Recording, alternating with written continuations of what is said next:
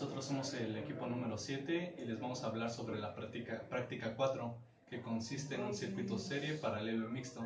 Nosotros somos Raúl Barajas, Carlos Antonio y Charles Salvador, y empezamos.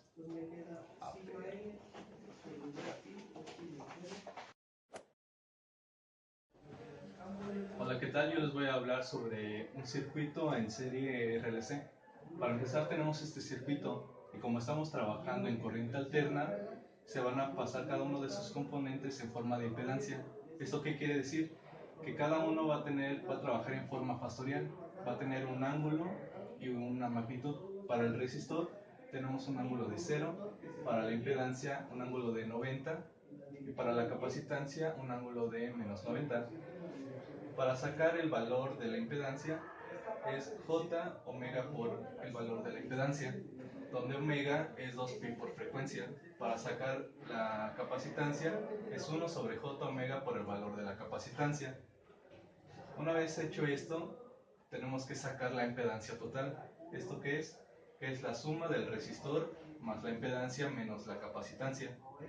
En un circuito en serie, la corriente es la misma para cada uno de los componentes. Entonces, para sacar la corriente total es la tensión Vs sobre la impedancia total.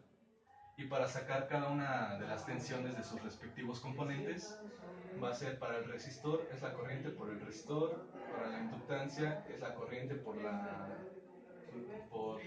XL y la capacitancia es la corriente por XC. el circuito en paralelo. El circuito en paralelo tiene algunas características que lo diferencian del circuito en serie. Una de las principales es que en este circuito cada componente va a tener un nodo en común. En este caso puedes apreciar que es el nodo A y es el nodo B. Esto quiere decir que la tensión va a fluir en la misma proporción o va a ser igual para cada uno de ellos. En los circuitos RCL, para calcular la impedancia total, se tiene que hacer el recíproco de la suma de los recíprocos de cada componente. Y otra característica es de que la corriente que fluye en ellos es distinta. Para calcular la corriente de cada uno de ellos se tiene que usar un divisor de corriente. Este divisor de corriente ya lo viste anteriormente y se puede calcular multiplicando la corriente total por la impedancia del componente sobre la suma de la impedancia del componente y su opuesto.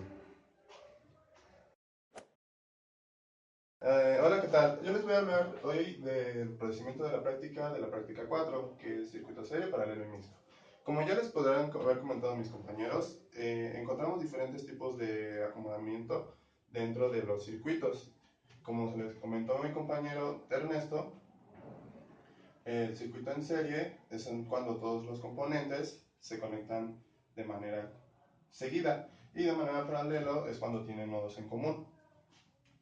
Y encontramos un cierto tipo extra que es el circuito mixto. El circuito mixto encontramos que es una combinación, obviamente, entre el serie y paralelo. Dentro de este circuito serie y paralelo nosotros tenemos que ir haciendo reducciones. Como les podrá mostrar en el circuito que se nos dejó en la práctica, es un circuito que está en paralelo y en serie de diferente forma. La manera de resolver este tipo de circuitos es relativamente sencilla, pero tiene su chiste. Es más que nada el análisis que usted le tiene que dar.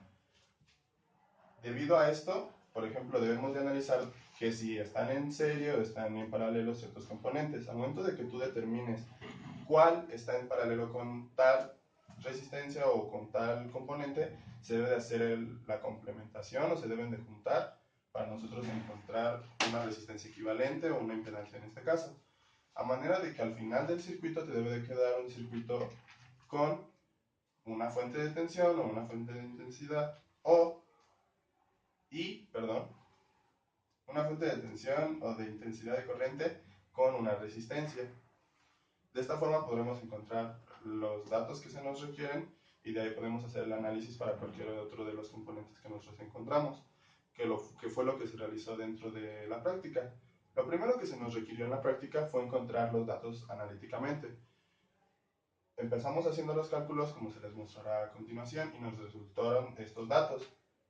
Posteriormente, nosotros empezamos a realizar la práctica y nosotros encontramos que medir ciertos datos específicamente, como lo fue la intensidad total del circuito como podemos ver en la siguiente tabla y en las siguientes fotos, y tanto podemos encontrar la tensión del circuito y la intensidad de corriente del mismo circuito. También es muy importante resaltar que nosotros tuvimos que analizar en el osciloscopio el desfasamiento y el ángulo de desfasamiento que nosotros encontramos dentro del capacitor respecto a la fuente de tensión de nuestro circuito. De mi parte sería todo y les agradezco mucho. Y a manera de conclusión, nosotros podemos observar que confirmamos experimentalmente las herramientas analíticas del análisis en circuito seriparalelo.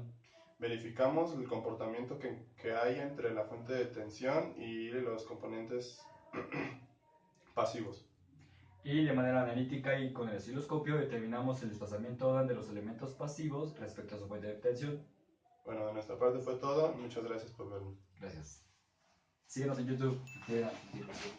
Síganos en YouTube.